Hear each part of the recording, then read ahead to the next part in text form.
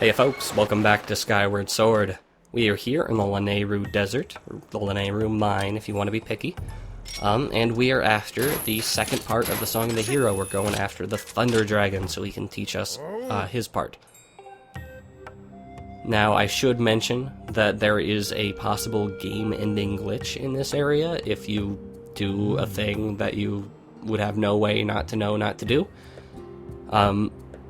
Basically, if you get the piece of the song from the Thunder Dragon, then you come back and talk to this guy here, Golo, the scripts will like deactivate or something, and the events in Pharaoh and Elden just won't happen. And you'll have to download a patch from Nintendo in order to fix it. So you may want to save this area for last, just in case you are very paranoid about avoiding it. But just don't talk to this guy ever again. Ever. He doesn't need friends. But yeah, we are looking for a narrow passageway that a Goron could not fit through, and that will lead us to a new area where the Thunder Dragon likes to live. And this is a convenient shortcut. You'll see where it's leading us in just a few seconds. But if you ever feel the need to transport yourself manually rather than flying, then this is an excellent way to get to the Lanayru Caves, that big hub area that we've seen before. I actually do kind of like the Lanayru Caves as a central hub area, because it leads to the introductory area, it leads to the desert proper, it leads to the Sand Sea, and it leads to the Thunder Dragon area. Very convenient. But you have to work to get there, that's the best part. Anyway, let's open up this passageway. There's a little bit of rubble blocking it off, and of course sending a bomb through a small passageway would not make it collapse. What are you talking about? That would be silly.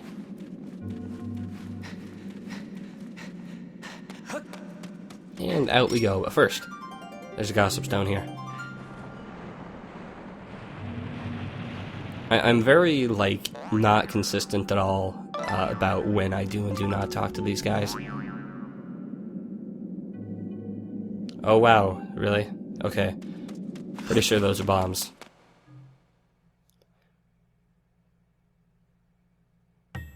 But anyway, out we go. Here we are in the Thunder Dragon's area. Lanayru Gorge.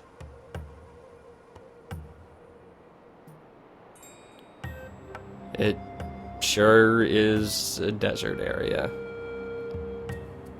And I guess it's kind of my issue with the Lanayru province coming back again. It's very, very brown and drab, and just visually uninteresting. You can have cool architecture and rock formations if you want, but it's just not the most visually interesting.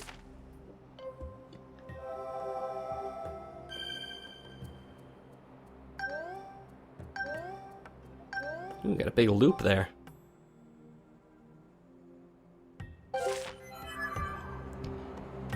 Alright, let's go find the Thunder Dragon.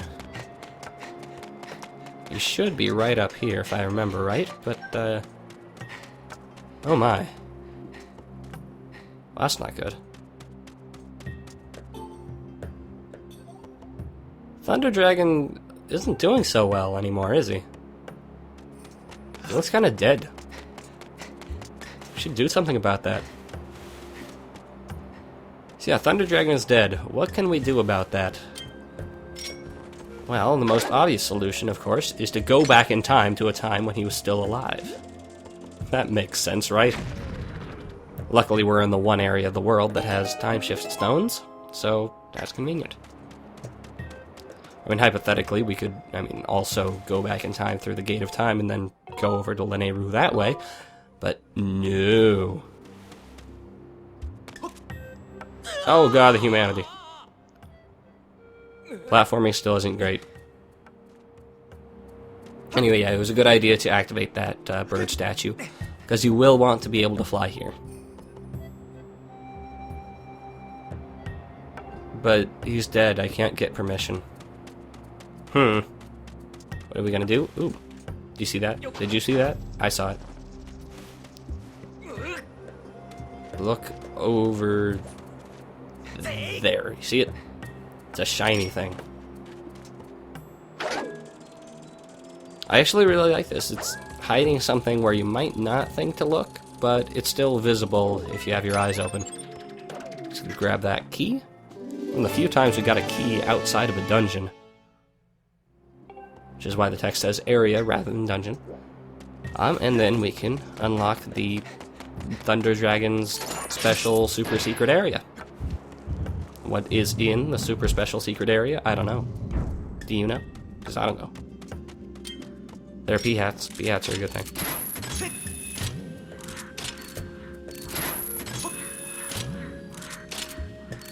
Anyway, upcoming here is actually probably my favorite section of the song hunt, I think. It's definitely the most difficult, but I really like it.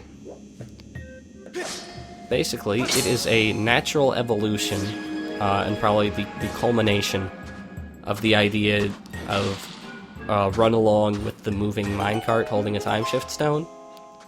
You remember way back in like third dungeon, there'd be times when there are minecarts on rails, and you have to keep up with them while doing various tricky things like killing enemies or hitting switches and whatnot. This is basically the best iteration of it. Oh god. Well, that's morbid. Basically, they throw basically everything they could think of at us for this test, and it becomes rather difficult and pretty fun. So first off, we have enemies. Wonderful. Most of the time, the enemies are here to bug you. A lot of the time, you'll be in a rush. You'll feel panic and haste because you want to keep up with the dude with the minecart, and you don't want to fall in the sand. So even though these enemies really aren't like difficult or dangerous, the panic that you're in and the hustle will cause you to be sloppy or to just freak the hell out. It's a decent use of enemies where they're not actually supposed to kill you, I guess. I have died many times in this section before. Not even in hero mode. Anyway, introductory sections, fairly straightforward. Kind of getting you back into the groove or something along those lines.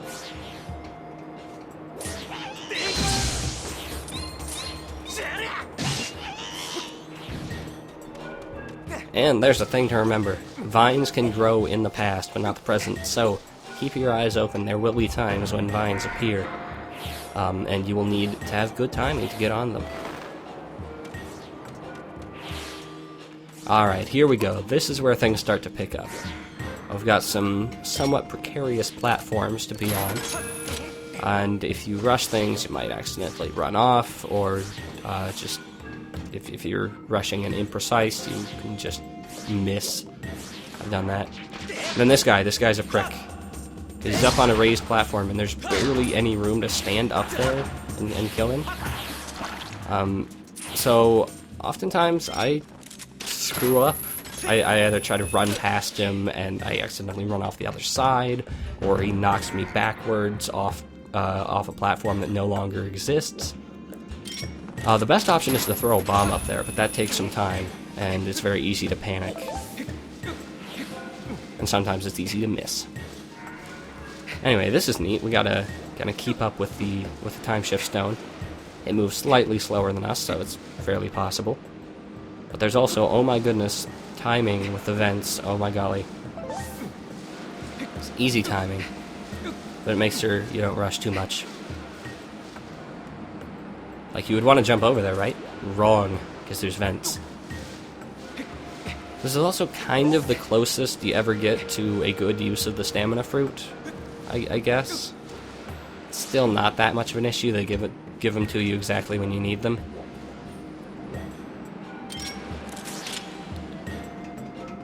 And then this is less difficult and more just really awesome. For whatever reason, we have hookshot targets on the stalactites, because they hang tight to the ceiling, I think is the idea. And so we just use the claw shot back and forth as the time shift stone allows. And there's absolutely no danger, because as you see, those keys just disappear in the past. And the timing is very lenient, so overall it's less difficulty and more to set piece, and it's a really awesome set piece, so shut up.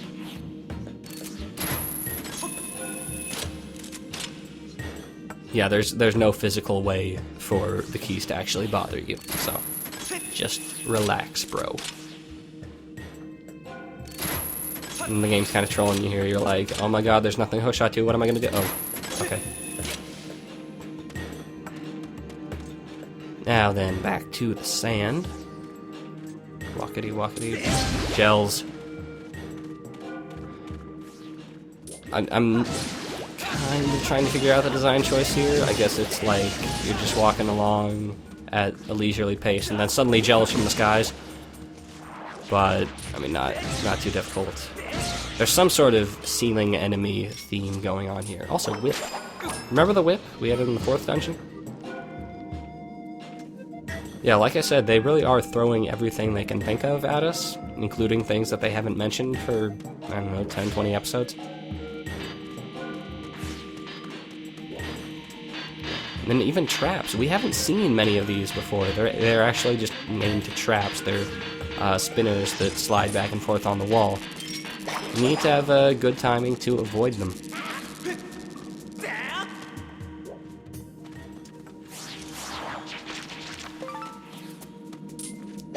So yeah, a lot of the time in this area, you will be greatly benefited by relaxing and just kind of ignoring enemies, because you do have enough time most of the time, and kind of panic is your biggest enemy. Anyway, that trap right there is a dick, since it gets trapped on the other side of the minecart. And also, it can be a little hard to tell when exactly they will and will not be blocked. But overall, you won't lose too much health. Okay, this one's pretty awesome. See, in the past, that barrier's active, so we need to run over there in the present. But in the present, it's quicksand, so we need to be very careful and grab these stamina fruit.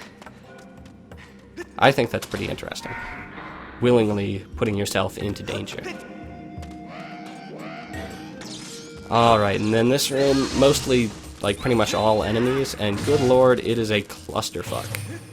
I don't use that word lightly, but we got tons of bokoblins with their electric things, we got gels and zols and whatever they're called, and beamos and their lasers, and whatever the hell this thing is called. I don't even remember. Since most of these enemies are mobile, they can just move along with you. So yeah, if you're not careful and you don't take out the enemies as they come, you could get like 2 or 3 bokoblins on your tail while you're dealing with 2 beamos and their lasers and all sorts of other crazy things.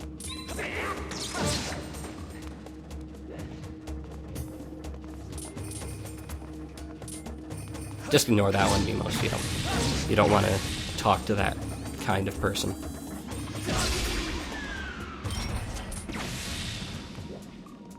And then good luck trying to hit this switch if there are bokoblins on your tail.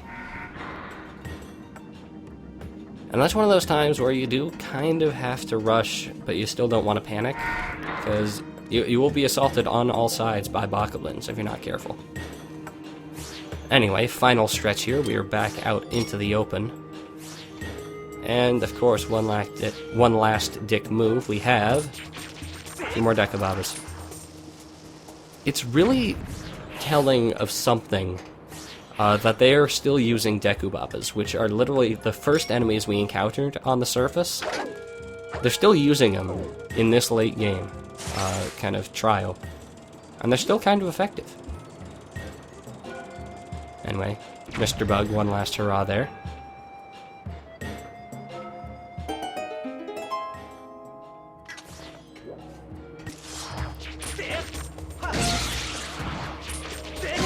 And it is kind of nice that those 2 Babas aren't activated at the same time. That could be a schlep. Well, I still have to wonder why they don't just have gold Babas for every single Baba. I mean, we're late in the game, we should probably handle them, you know, just, I don't know. But anyway, that takes care of that little adventure. It's challenging. You'll probably lose health. You might panic. You may even wet yourself. But overall, I think that's pretty fun.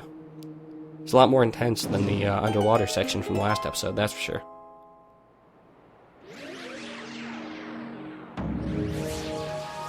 And ta-da! Back in time, the Thunder Dragon is now alive again. Well, I mean, he was alive then, and we are now then. So, yeah. Well, he's still not looking too good.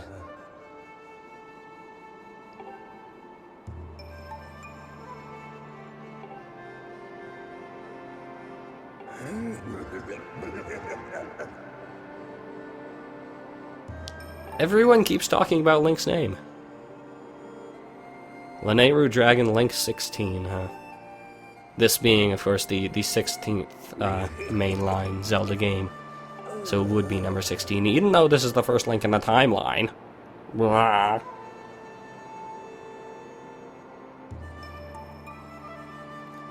So yeah, bro, we need a song.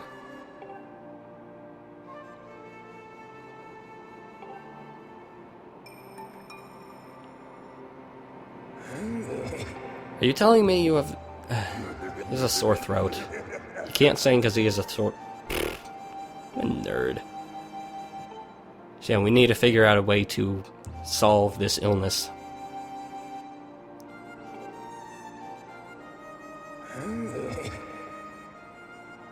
Well, yeah, I wouldn't expect much to grow here in the desert.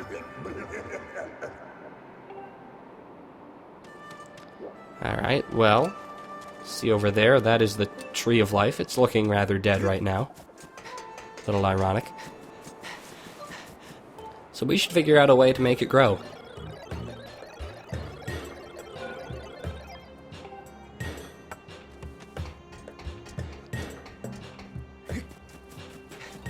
Feel free to think of ideas. They'll probably make it pretty obvious for you, but it's cool, it's neat. And yes, there is a goddess cube over there. I won't forget. I will get it. Don't you worry.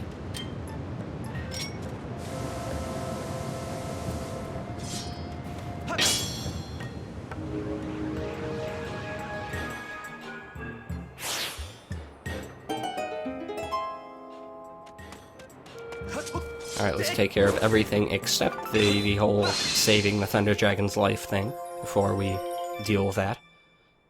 You know, there's no greater priority than goddess cubes and rupees. There are rupees, you'll see. You'll all see. They're rupees. It's actually a pretty nice little Easter egg. I mean, not even Easter egg, secret, I guess. If you have Mr. Bug fly up here.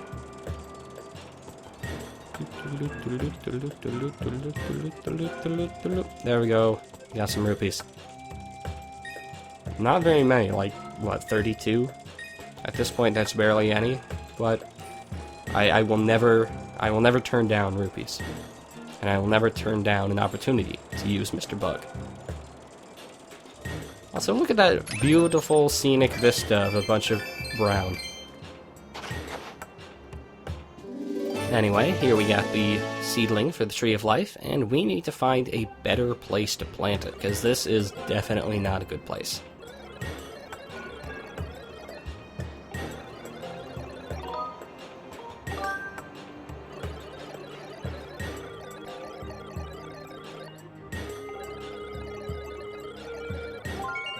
Yeah, that's about what I figured.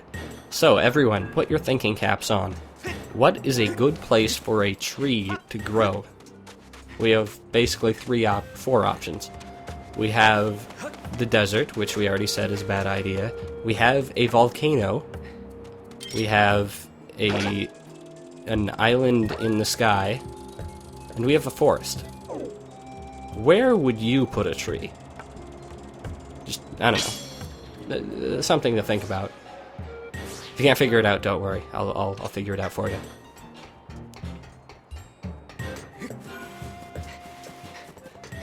Now, before we go, I want to heal myself here. This is very convenient. They expected you to lose health, of course.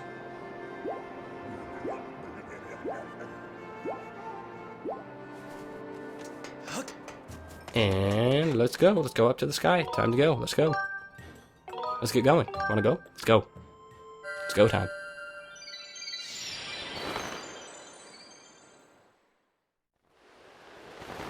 Alrighty, if you chose Forest, you win. Congratulations. Give yourself a pat on the back and or a thumbs up. Yep, we want to head to the sealed grounds in order to plant this seedling. Because a little bit of deductive logic, it's something that I'll spell out for you later, but the seedling will need a lot of time to grow. So in order to have the fruit ready while we're still alive, we'll probably want to plant it in the past. And hey, you remember this? You remember this somewhat ham-fisted little metaphor that Groose had?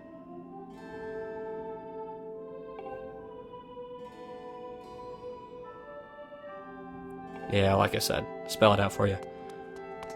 Yep, there is a place to plant a seedling here in the Sealed Temple.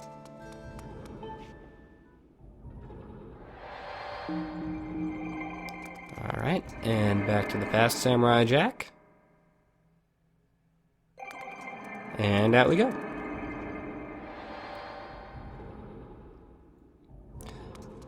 Before we do anything, let's see how Impa's doing. How you doing, Impa? It must be very lonely for Impa here. Like, Zelda's asleep. And nobody else visits.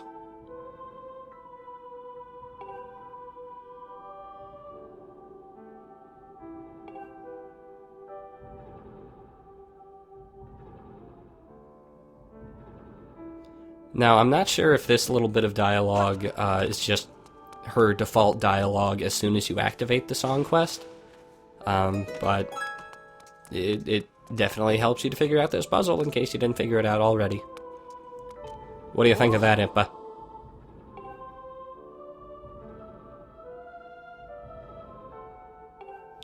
Yeah. Alright, and now for some accelerated aging.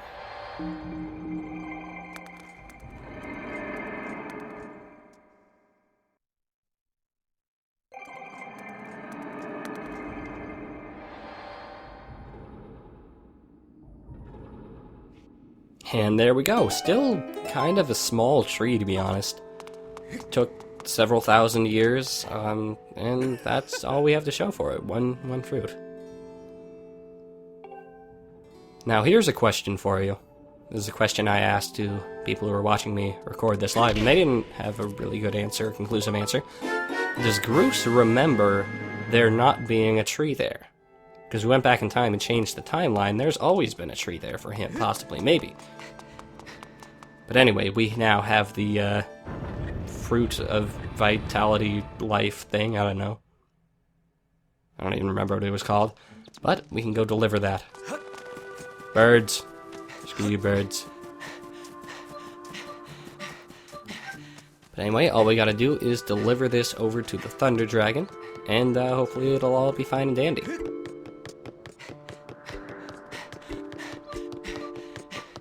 We sure are lucky that the fruit of life, or whatever, doesn't disappear when we go back in time.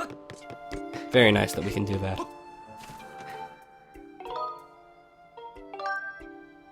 Alright, and back to the sky.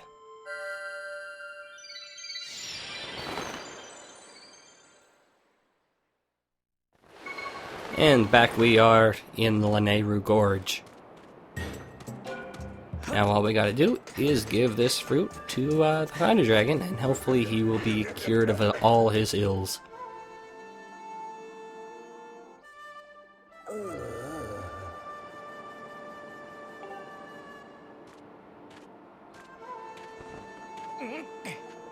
Hey, that fruit was not that big a few minutes ago.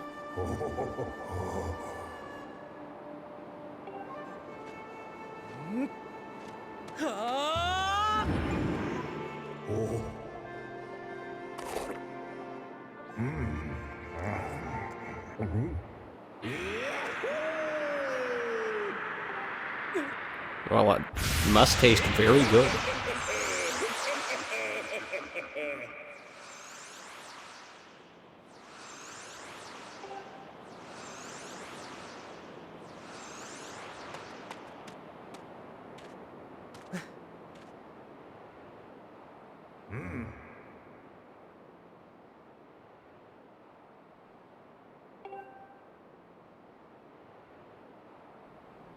Alright.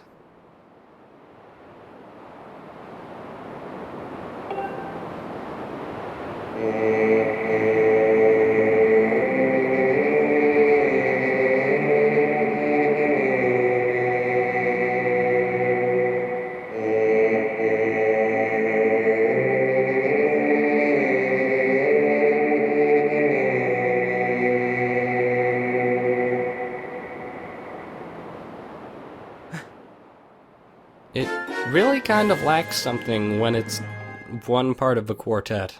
I don't know.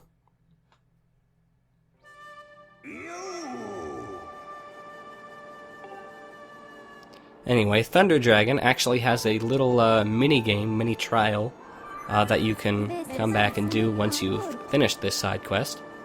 It's not even a side quest, finished this quest. And it's something that I will be doing later, but not now, because it is a hefty ordeal, and something that I will need to dedicate a lot of time to beating. But anyway, that takes care of that, and next time we will head to Elden Volcano.